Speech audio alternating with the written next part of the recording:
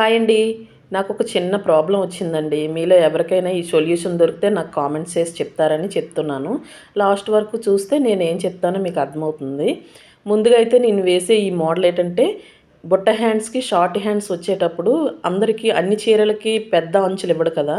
ఇలా చిన్న అంచులు ఇచ్చేటప్పుడు ఏంటంటే, ఎల్బో బుట్ట హ్యాండ్, బాహుబలి హ్యాండ్ పెట్టకుండా ఇలా షార్ట్ హ్యాండ్ పెట్టుకొని చిన్న బుట్టిచ్చి, ఆ బుట్ట కిందన అంచు దగ్గర ఇలాగ కట్ వర్క్ గానిచ్చి, పైపింగ్ వేశారంటే చాలా మంచి లుక్ ఇస్తుంది. ఇలా ఒకసారి ట్రై చేయండి. ఎప్పుడైనా ట్రై చేయకపోతే. మీకెవరికైనా క్లియర్‌గా కావాలంటే చెప్పండి. లాంగ్ వీడియో తీసి పెడతాను. మా పిల్లలు చిన్నప్పుడు నేను మా ఊర్లో విలేజ్‌లోనే ఉండేదాన్ని.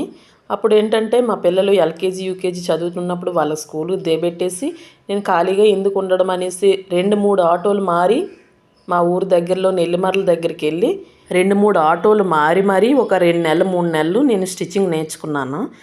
నేర్చుకున్న తర్వాత మేము వైజాగ్ వచ్చేయడం, వైజాగ్‌లో కూడా ఒక 4, 5 ఇయర్స్ స్టిచ్చింగ్ స్టార్ట్ చేయడం, టైలరింగ్ చేయడం జరిగింది. ఒక 1 ఇయర్ కొన్ని కారణాల వల్ల ఆగిపోయింది. ఆ 1 ఇయర్ నేను ఖాళీగా ఎందుకు ఉండడం అని యూట్యూబ్ స్టార్ట్ చేశాను. ఆ యూట్యూబ్ కూడా ఒక 2 నెలలు బాగా నేర్చుకున్నాను. ఇప్పుడేంటంటే మళ్ళీ హౌస్ చేంజ్ అవ్వడం, నా టైలరింగ్ మళ్ళీ కంటిన్యూ చేయడం వల్ల ఏంటంటే నేను టైలరింగు, యూట్యూబు 2 మేనేజ్ చేయలేకపోతున్నాను. దానివల్ల ఏంటంటే యూట్యూబ్ మానేయాలా అనిపిస్తుంది. ఒక్కొక్కసారి ఎంత కష్టపడి స్టార్ట్ చేశాను, ఇంతమంది సబ్స్క్రైబర్లున్నారు, వాళ్ళని పోగొట్టుకుంటానేమో అని భయమేస్తుంది. ఇంట్లో పని, టైలరింగు అండ్ యూట్యూబు 3 మేనేజ్ చేయడం చాలా టైం సరిపోవట్లేదు అస్సలు యూట్యూబ్ చేయడానికి. అండ్ స్టిచ్చింగ్ మానేయాలా? లేకపోతే యూట్యూబే మానేయాలా? నాకేం అర్థం కావట్లేదు.